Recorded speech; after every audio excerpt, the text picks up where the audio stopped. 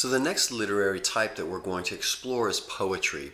And poetry is a form of writing where normal language is changed in order to intensify its impact. So Encyclopedia Britannica defines poetry as literature that evokes a concentrated, imaginative awareness of experience or a specific emotional response through language chosen and arranged for its meaning, sound, and rhythm.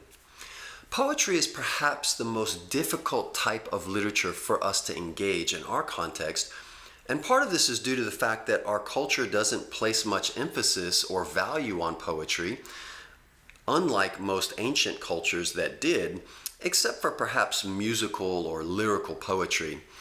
We can reproduce from memory lyrics from songs much more easily than we can remember lines or sentences from books. I remember lines from songs in my childhood, perhaps something like Ice Ice Baby for all of my Gen Xers out there, very well, and those things stick with us. And there's a strong connection with poetry to our memory. And we find this being utilized in the scriptures and in these ancient cultures extensively. For example, a modern take on lyrical and musical poetry is from a Caucasian Christian rapper, a favorite of mine named Andy Mineo, and he has a song with a lyric that says, "My own people owned people, but they don't own that. They say that racism is dead, man, our president is black. 2 terms in the White House, well that don't mean jack if we still believe our present ain't affected by our past." And so this is a poetic way of making a very strong cultural statement and ideology for the culture and context in which it is being spoken.